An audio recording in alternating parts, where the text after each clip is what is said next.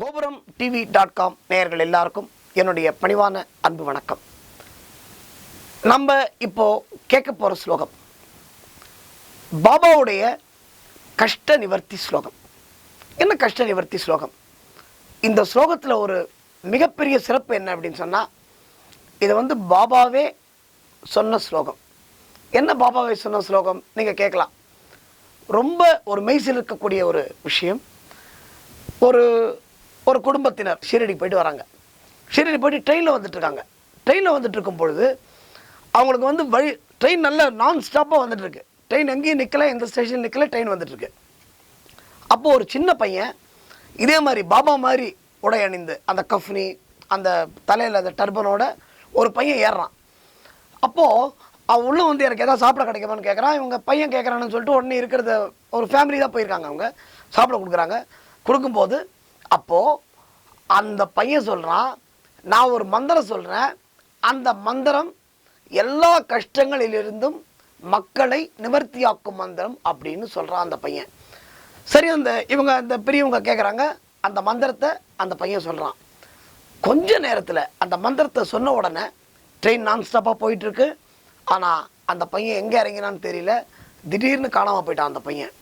அப்போது பாபாவே அந்த சிறுவனாக இந்த மந்திரத்தை சொன்னதாக ஒரு ஐதீகம். எனவே இந்த கஷ்ட நிவர்த்தி ஸ்லோகத்தை பாராயணம் செய்பவர்கள் வீட்டிலே எந்த கஷ்டமும் பாபாவின் அருளால் சத்தியமாக இருக்காது என்பது நிச்சயம். ஓம் சாய்ராம். பிரதமம் சாயிநாதாய,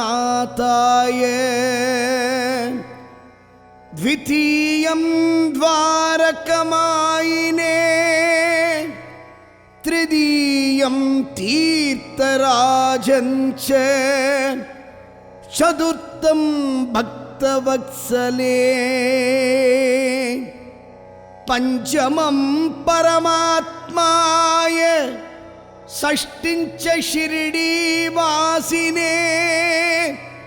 सप्तमं सद्गुरुनाथाय,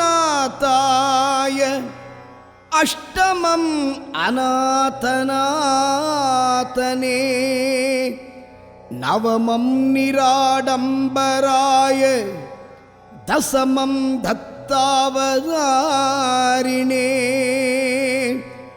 एतानि दशनामानि.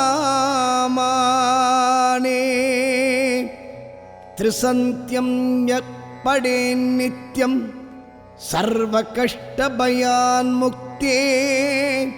श्री साई बाबा नमोस्तुते. श्री साई बाबा नमोस्तुते.